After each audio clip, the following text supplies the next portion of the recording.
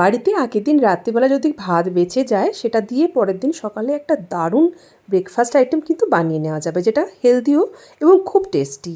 এটা একবার বানালে আপনাদের কিন্তু মনে হবে ইচ্ছে করে একটু বাড়তি ভাত আগের দিন রেখে দিই, যাতে করে পরের দিনই ব্রেকফাস্টটা করতে পারি। তো এটা বানানোর জন্য প্রথমে ফ্রাইং প্যানে সাদা তেল দিয়ে দিলাম 1 চামচ কালো সর্ষে। তারপরে কিছুটা পরিমাণে ছোলার ডাল আর বিউলির ডাল এই 2 চামচের মতন তেলের মধ্যে যোগ করলাম। এবার দিয়ে দিলাম কিছুটা কারি পাতা, একদম ফ্রেশ কারি পাতা তেলের মধ্যে দিলাম। আর দিয়ে দিচ্ছি ছোটো বাটির 1 বাটি চিনেবাদাম। ব্যাস, এবার এই সবগুলোকে 1 থেকে 2 মিনিট একটু ভেজে নেব। খেয়াল রাখতে হবে যেন ডালটা পুড়ে না যায়, আর বাদামটাও যেন খুব ভালো করে ভাজা হয়ে যায়। তো গ্যাসের ফ্লেমটাকে আমি এখানে লো টু মিডিয়ামে রেখেছি। এখন এই মাঝখানেই 2টো কাঁচা লঙ্কাকে পুরো চিড়ে দিয়ে দিলাম। যদি ছোটদের জন্য বানান তাহলে ঝালটা দেখে নেবেন, অ্যাডজাস্ট করে কম বা বেশি করতে পারেন। এখন দিয়ে দিচ্ছি স্বাদ মতন লবণ, আর তার সাথে খুব সামান্য, মানে একদম অল্প পরিমাণে দেব হলুদের গুঁড়ো। তাতে করে এই রেসিপিটা দেখতে ভীষণ ভালো লাগবে, আর দেখতে ভালো লাগলে আমরা জানি খেতেও খুব ভালো লাগে বা খাওয়ার ইচ্ছেটাও হয়। তো আবার ভালো করে একটু ভেজে নিচ্ছি সব কিছু। এবার আমরা এর মধ্যে দিয়ে দিচ্ছি অল্প একটু চিনি। চিনিটা অবশ্য অপশনাল, চাইলে আপনারা নাও দিতে পারেন, দিলে কিন্তু বেশ ভালো লাগবে। অল্প একটু সুইট কর্ন আমার বাড়িতে ছিল, সেটাও আমি দিয়ে দিলাম। যদি সুইট কর্নের পরিবর্তে আপনারা মটরশুঁটি দিতে চান সেটাও দিতে পারেন, বা না দিলেও চলবে। এবার এটাকে দিয়ে আবারও একটু ভাজা ভাজা করে নিচ্ছি। দেখুন আমার বাদাম কিন্তু প্রায় ভাজা হয়ে গেছে। এখন আমরা যে বেঁচে রাখা ভাতটা ফ্রিজ থেকে বার করেছিলাম সেটাকে এবার দিয়ে দিলাম।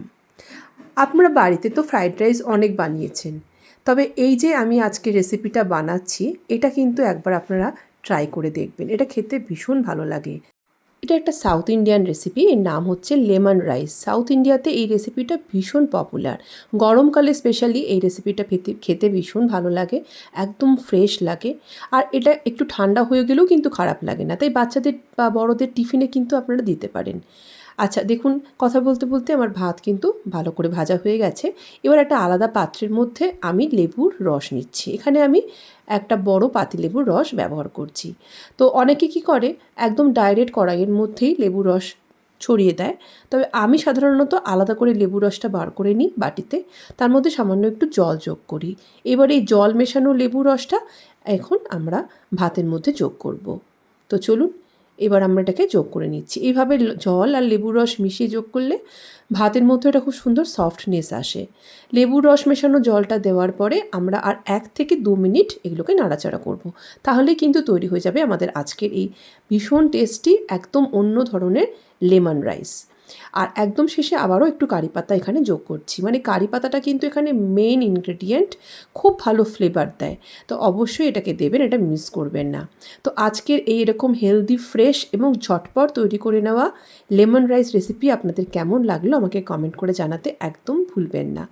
আমরা তো অনেক ধরনের রেসিপি ট্রাই করে থাকি বিভিন্ন স্টেটের, তো আপনারা অবশ্যই সাউথ ইন্ডিয়ার এই পপুলার লেমন রাইসটা একবার হলেও ট্রাই করে দেখবেন। আশা করছি আপনাদের খুবই ভালো লাগবে। আর এটা আপনারা এমনি এমনি খেতে পারেন, এর জন্য কোনো রকমের সাইড ডিশ দরকারই পড়বে না।